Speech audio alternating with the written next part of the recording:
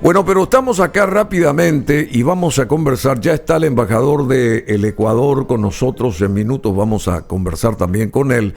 Estamos con Alejandro de Filipis. Ale de Filipis. ¿A vos te dicen Ale o te dicen Alejandro? ¿Cómo te va? ¿Qué tal, Bruno? ¿Cómo estás? Me dicen de varias formas, realmente. Tengo varios apodos, pero bueno, Ale ahora para la política. Ale. Para la política. Vos pretendés ser senador. Senador de la Nación, ocupar un curul en el Congreso Nacional. Bueno, ¿y qué partido te respalda? Estoy en la Alianza Encuentro Nacional, que es una alianza de dos partidos. ¿Sí? Bueno, Alejandro de Filipis tiene 46 años, él es un emprendedor, le gusta todo lo relacionado a desarrollo económico que tanta falta nos hace.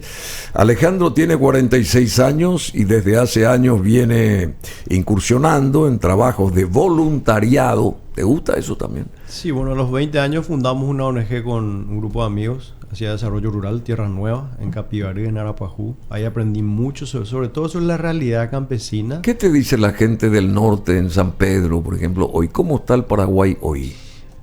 Hablando justamente con uno de los líderes de Capivarí, me decían que él le sentía y le veía a la sociedad campesina como muy en decadencia, porque como que no tienen muchas opciones laborales, no tienen oficios.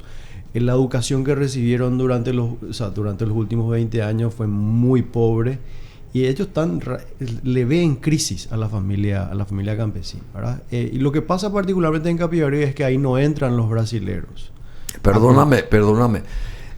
7 días tiene la semana. De estos 7 días, ¿cuánta cantidad de tiempo destinás al interior del país? Bueno, estuvimos recorriendo con la dupla presidencial Efraín Sole.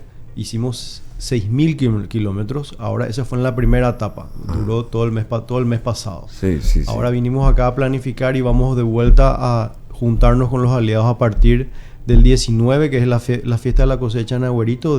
Se hace la fiesta del cannabis, de la cosecha del cannabis. Sí. Y a partir de ahí nos quedamos hasta principios de marzo, primera semana de marzo, de vuelta a San Pedro Concepción, que es la zona roja que le llaman, que es la zona que más olvidada al gobierno, pero en realidad es la que tiene más potencial de desarrollo económico. ¿Cómo está lo del cannabis? Ahí está, justamente.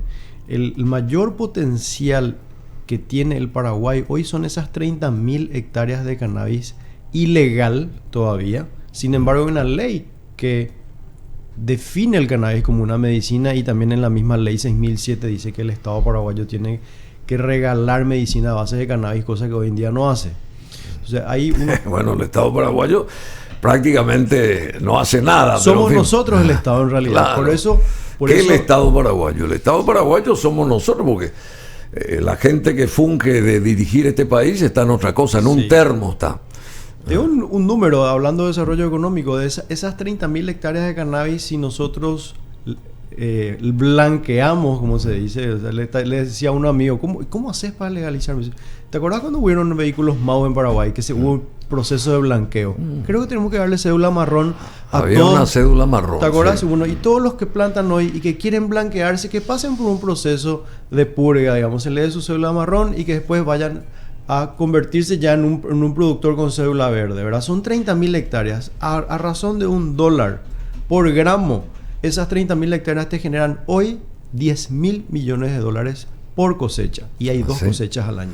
¿2 cosechas? Sí, 10.000. Y es una genética que ya existe en Paraguay hace 70 años. Y en la juerga se le dice la paraguayensis. O sea, con más cariño se le dice la yensis. Eso tiene 15% de THC y es muy... ¿Qué es eso? El tetrahidrocannabidiol, que es uno de los principios que tiene... Dominás mucho esto. No, investigué, la verdad. ¿Dónde aprendiste? ¿Acá aprendiste? ¿Vos solo? En internet, o sea, hablando con los amigos. Ya sé, pero ¿vos solo te metiste en esto o estudiaste esto? La verdad que antes de empezar a consumir, dije, me voy a estudiar bien esto porque no quiero meterme en algo que, bueno, voy encima que es ilegal. O sea, vos ¿verdad? Consumís también. A los 30 años empecé a consumir. ¿Y qué sensación te da eso? Y mira, hoy en día soluciona mi problema de sueño, por ejemplo. El cannabidiol, que es otro proceso, es otro componente activo que tiene la cannabis sativa. Que cannabis sativa significa planta útil, tiene un montón de utilidades. Bueno, yo creo que vos estás más que enterado. con Yo el- me nutro de ustedes que están acá. Inicialmente era como para una cuestión de diversión, ¿verdad? El O sea, Uruguay también hace rato creo que fomentó esto, ¿o no es así? claro, Uruguay hace 8 años hizo la ley y las farmacias son las que administran las flores de THC. Ahora, es importante separar... THC, ¿qué quiere decir de vuelta? Tetrahidrocannabidiol. Cannabidiol. Sí, cannabidiol. Cannabidiol. Sí. Importante entender la motivación que hubo en Uruguay para legalizar la planta y la motivación que hay en Paraguay. Uruguay no tiene la fuerza de productiva campesina que tiene Paraguay y no tiene la tierra fértil. O sea, ellos pueden elucubrar un montón de cosas con el producto y nosotros tenemos el producto y la materia prima. la tenemos materia prima y nosotros. no sabemos cómo digamos, Pero por desarrollarla. por supuesto que sabemos y se la desarrolla, solamente que forma parte de la economía subterránea que hoy en día en Paraguay es del Y mismo tamaño. no se puede hacer una ligación con el Uruguay, de acá se produce ellos. De hecho, hay conversaciones con empresarios uruguayos, ellos quieren venir a producir acá, pero nosotros tenemos que concentrarnos en el CBD, que es otro principio, que es el cannabidiol. El CBD es el que hoy en día más propiedades tiene, es el que yo consumo para dormir, son unas gotitas.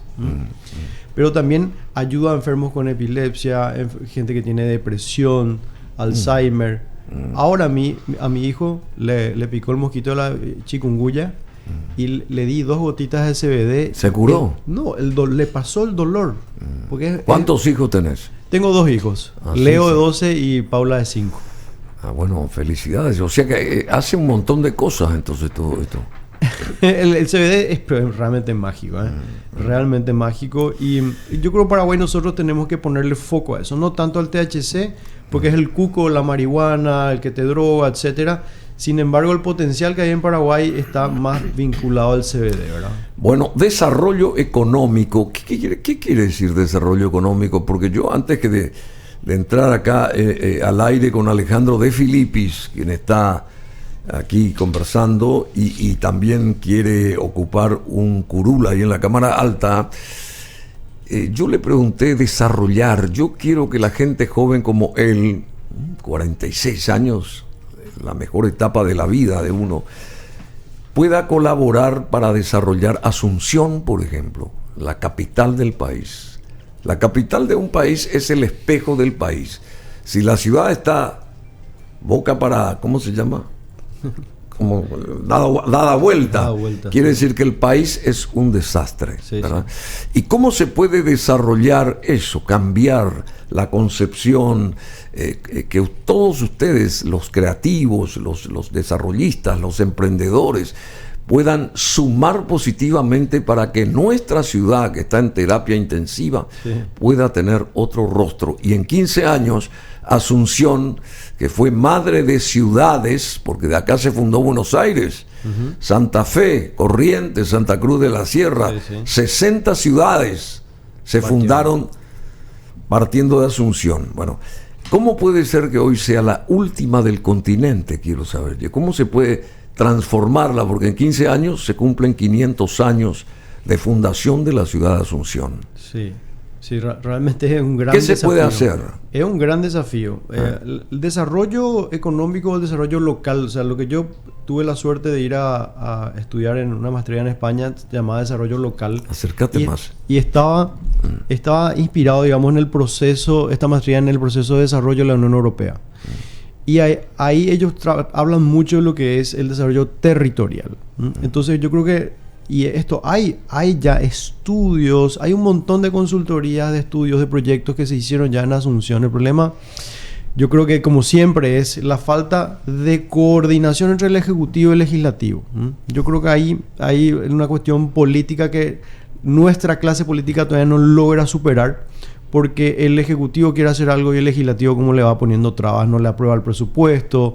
Y Asunción es una bomba de tiempo. Asunción necesita una ley de capitalidad, inyectar de capital el municipio de Asunción y descentralizar crear las concejalías. A través de una planificación previa. Es que hay un montón de planes. Claro, hay un montón de planes. O sea, no hay que planear nada. O sea, del papel a la parte de cristalización es el problema. Sí. Asunción tiene, creo que son 12 distritos. Sí.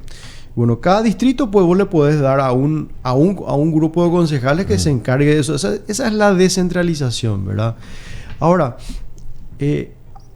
si vos me preguntás a mí qué es lo que hay que hacer, para mí hay que potenciar 3 ciudades en Paraguay. El triángulo de Asunción, Ciudad del Este y Encarnación. Pero por supuesto. Y ese triángulo con tiene trenes, que estar con trenes eléctricos. con cargadores autopistas, para autos eléctricos. Vamos a hablar sobre las bondades del Ecuador con el embajador en minutos, porque creció mucho el Ecuador, especialmente en transportes, transporte público, eléctrico, tiene un metro espectacular y un montón de cosas, ¿verdad? Y así como Bolivia también. Antes nos mofábamos nosotros de los bolivianos y ahora ellos se mofan de nosotros, ¿verdad? Sí. Lo que es La Paz, con todo ese sistema nuevo, en fin, de conexión que tiene, y también las otras ciudades bolivianas, autopistas, esto y lo otro.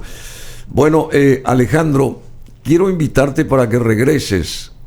Ya tenemos el contacto directo entre vos y yo, porque yo te voy a llamar directamente, o venís la siguiente semana. Vamos a ampliar el tiempo para que vos nos hables, porque sos muy rico en un montón de cosas, sabés muchas cosas, y entonces queremos exteriorizar lo que vos sabés a la audiencia, y también nos contás lo que pretendés hacer llegado el momento en la Cámara Alta, ¿te parece? Claro que sí, con muchísimo gusto venir acá a hablar de la nueva mirada que le quiero dar a la política. Claro, la nueva mirada que le querés dar a la política. Sí. Qué interesante eso, la nueva mirada. Bueno, y vos sos voluntariado, me decías, voluntario, ¿verdad? ¿Cómo se dice? Sí, trabajé en voluntariado desde, bueno, como cuando era Boy Scout, hacíamos trabajos de voluntariado, después posterior a eso entré a Mano Abierta, y después ya a los 22 años fundamos la ONG esta, donde estuve trabajando 10 años en desarrollo rural. Sí, che. Esa experiencia me llevó a poder aplicar a maestría, estudié en Israel, en España, etcétera. ¿En Israel también estuviste? En Israel me fui a hacer un posgrado, sí. Era un desierto Israel, y mirá lo que es ahora. Un ejemplo de y nosotros de que tenemos todo acá. Sí, sí. Sol, agua, energía, tirar una semilla y crece. Sí. Instituciones Cualquier débiles cosa. tenemos, lastimosamente, ¿verdad? O sea, yo creo que por ahí viene la mano fortalecer las capacidades de gestión de las instituciones para poder plantar proyectos con metodologías. Metodologías que, o sea, y obviamente el entrenamiento de la gente. O sea, hay gente muy capaz. Realmente lo que hace falta es usar herramientas tecnológicas. El gobierno electrónico, Bruno, es lo que nos va a salvar de la corrupción. Esto no estamos hablando. Sí, hay ya una agenda digital en Paraguay. Trazabilidad, transparencia. Expediente electrónico, trámites en línea, firma electrónica, cédula inteligente, pasaporte inteligente. Todo eso está ya inclusive hay financiamiento y realmente no se está avanzando en la ejecución de esto. Porque ¿y quién impide eso? ¿Los políticos? Yo estoy seguro que hay muchos intereses porque que no quieren ¿cómo se llama? Abrir la caja de Pandora, seguramente. Sí, pues, más allá, sí, obvio, no quiere que se trace nada, no quiere que, o sea, porque hoy en día nosotros tenemos una ley de acceso a la información pública. O sea, nosotros podemos saber exactamente qué hacen con el dinero cualquier institución y en 15 días te tienen que dar un informe. O sea, todas las condiciones inclusive antes, ¿no? En 15 días, mucho antes. Están todas las condiciones dadas para... Pero como la voluntad política, la presión, yo creo que ahí nosotros en la oposición tenemos que realmente hacer que la concertación funcione. No la oposición solamente. Acá vos salías a la calle y le preguntabas a la gente que quiere un cambio, dice. No sabe en qué consiste el cambio. Todo el mundo quiere un cambio y es el momento de cambiar, ¿ok? Pero un cambio sin un norte o sin un pacto es difícil. Necesitamos hacer ese pacto social, ese pacto político y no dejar de transar con 3 cosas nomás: educación, justicia, salud. Si vos dejás de transar en eso, transar como algo negativo, en donde dejemos de currar, entre comillas, con esas 3 cosas, yo creo que vamos a empezar a salir adelante. Si por año se dilapidan, creo que algo así como... ¿qué cantidad de...? $1.700.000. $1.700.000. $1.000. 1.700, ¿cómo es? 1.700, 1.7 billones de dólares. ¿En qué? En nada, desaparecen de los organismos del Estado, se fuman. Sí. Anda sumando por años eso. Sí, no. Lo que podemos hacer. Hay mucho dinero que no se ejecuta ya hoy en día justamente por miedo. O sea, hay muchísimos controles y eso hace que, el burócrata no ejecute también. 1.700 millones de dólares. Eso. Por año se esfuman. Se fuman. Bueno, vamos a esta canción de Burt Bacharach, Raindrops Keep Falling on My Head. Aquí está BJ Thomas. Bailamos, todos bailamos alguna vez. Y cuando llueve, siempre suena esta canción. Muchas gracias, Alejandro. Volvé acá, volvés. Vuelvo mal, próxima semana. El embajador del Ecuador en minutos, 3 minutos de las 10.